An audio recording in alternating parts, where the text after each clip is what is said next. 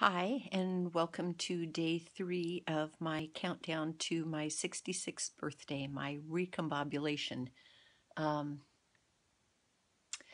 I have a couple of doctor's appointments today, and uh, physical therapy, and it's all in this whole attempt to care for our bodies. And I've been pondering how, um, as we life or aging, the whole from birth to death things tends to be that, where we start here and we go on this arc of growing, growing, growing, and then declining, declining, declining, or at least our bodies, we still have that idea or that illusion, depending on which it is, that our bodies are, they decline over time. So I know that in my head I still am 20 or 30, but my body um,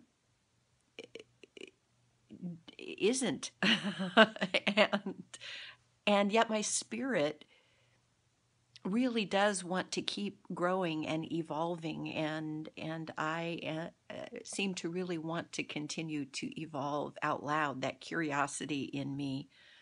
Um, but how do you come to terms with that whole I don't even want to say decline, but that whole process that our bodies go through? And then it's this odd relationship of all of that with time, because, I get up in the morning and really choose consciously not to get out of bed until I don't want my feet to hit the ground until I've been grateful about something, and can refocus if necessary on what's working rather than what's not, because what you focus on you create more of, and what you resist persists. So I make that conscious choice.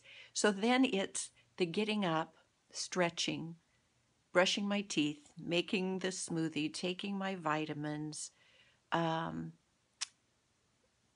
exercising. I have some challenges with my eyes, so taking the time to do my eye exercises.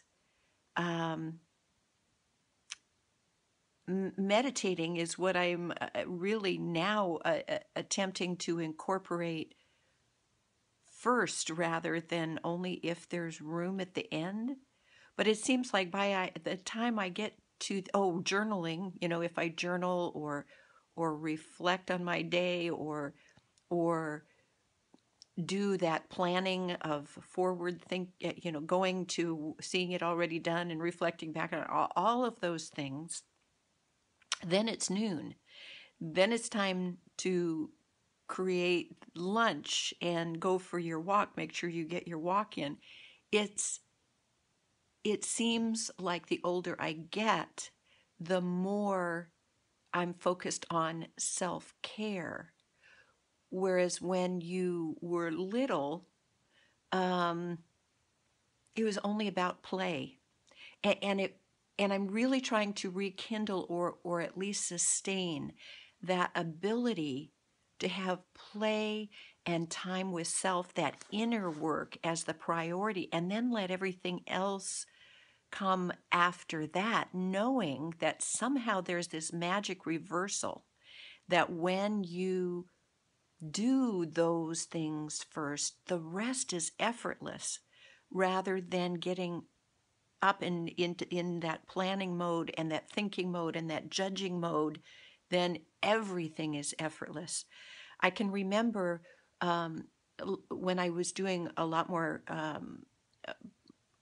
public speaking long ago, that I flew into New Jersey just before this huge ice storm hit, and I had a talk that I was to give the next morning. When I woke up to walk to the venue, which was just across the street, everything outside, they had an ice storm, and everything was covered in, it just looked like shimmery clear crystals. Um, and I had to be very careful getting there, but it was just like Dr. Zhivago amazing. And then so when the, but I was pondering as I was walking, and when the audience started coming in, and when I started my talk, the first thing I felt compelled to ask was, well, because I heard them grumbling as they came in, like, oh, the traffic was horrible, and oh, it took me so long, and my car and ice and slippery, and they went on and on. So the first thing I asked is, like, how, I can hear everybody's really grumbling. How was your day so far? And oh, the ice storm and traffic, they went through the whole litany of things. And I said, and now your kids got up this morning and they looked out the window. What did they see? And everyone kind of paused, and it was that whole reflection on what they saw, like, school's going to be canceled. Where are my ice skates? Where is the sled? We can go out and play. We can catch snowflakes on our tongue. Through those different eyes, the same circumstances can either be a blessing or a curse. And so I know that within me, with that consciousness, I can have the power to shift that. So as I am getting older and understand that I don't have, who knows, but I don't have, no matter how you seem to slice it, I don't have more time ahead of me than I do behind me. And how do I want to live that life, knowing that I have an awareness, having seen, witnessed births and been present at the passings and transitions, people's deaths, knowing that I want my life to be full and rich and happy. What choice am I going to make of those thoughts that live in my head and grow in my head?